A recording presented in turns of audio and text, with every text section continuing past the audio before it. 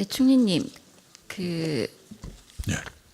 우리가 공무원 충원에 따른 그 효과가 성과가 조금씩 나타나고 있죠. 주로 뭐 소방, 안전, 생활 안전 뭐 이런 분야의 현장직 공무원들 충원하면서 보니까 그 경찰의 경우에는 뭐 112 긴급 신고 대응 시간도 단축이 되고, 그리고 검거율, 강력범죄 검거율도 제고가 됐고, 고용에 있어서도 이제 건설업 사고 사망자 수가 감소 추세로 나타나고 있습니다. 이렇게 표를 보시면 사회복지 분야에서도 좀 성과가 뚜렷이 지금 보여지고 있는 것 같아요. 특히 이제 사회복지에 있어서의 그 사각지대 해소에 가장 크게 기여하고 있는 것으로 주로 이제 뭐 찾아가는 서비스, 사회복지 서비스 이런 데 있어서의 서비스의 질이 제고되고 있는 것으로 나타나고 있습니다. 근데 이거는 이제 공무원 증언에 따른 효과고요. 근데 아까 제가 이제 우리 이 복지부 장관님께 질의한 내용과 그다음에 여가부 장관께 질의한 내용에 있어서 실제로 사회복지와 관련된 취약계층을 보호하거나 지원해야 되는 여러 시설에 있어서의 종사자 처우와 관련돼서는 우리가 좀 고민해 봐야 될 점이 많습니다. 아까 부총리께서 그렇게 얘기를 하셨거든요.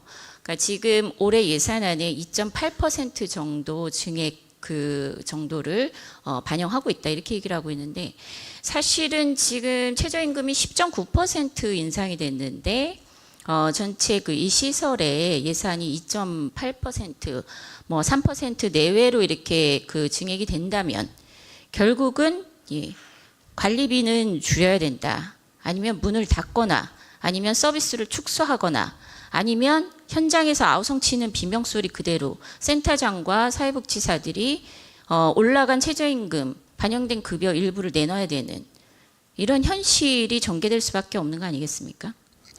예, 그 복지 종사자들의 처우가 몹시 어려워서 복지 분야의 복지는 어떻게 할 것인가 하는 문제가 과제가 된 지 꽤 오래됐습니다.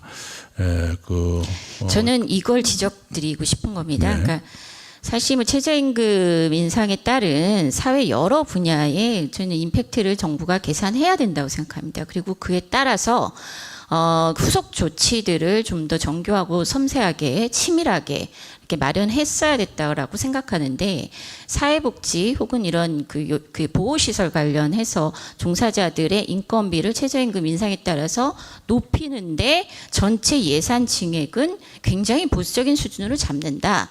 이것이 결국 현장에서 최저임금에 대한 비판으로 이어질 수밖에 없다. 네, 그래서 예. 제가 드릴 말씀이요. 네.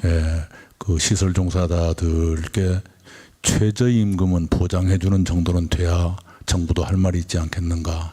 그렇다면 더욱더 지금 부총리께서 이와 관련된 각 부처의 장관들께서 국회에 좀 더 적극적인 예산 편성에 대해서 도움을 구하는 목소리가 부적절하다고 하셨는데, 저는 오히려 그 부적절을 지적하는 것 자체가 부적절하지 않느냐라는 생각이 들고요. 10.9%의 최저임금 인상분이 제대로 현장에서 종사자 처우 개선과 그리고 실질적인 사회복지 공무원이 해줄 수 없는 시설에서의 또 다른 사회복지의 질을 제고하기 위해서는 전체 예산이 다 뒷받침이 돼야 된다. 이런 말씀을 꼭 드리고 싶고요.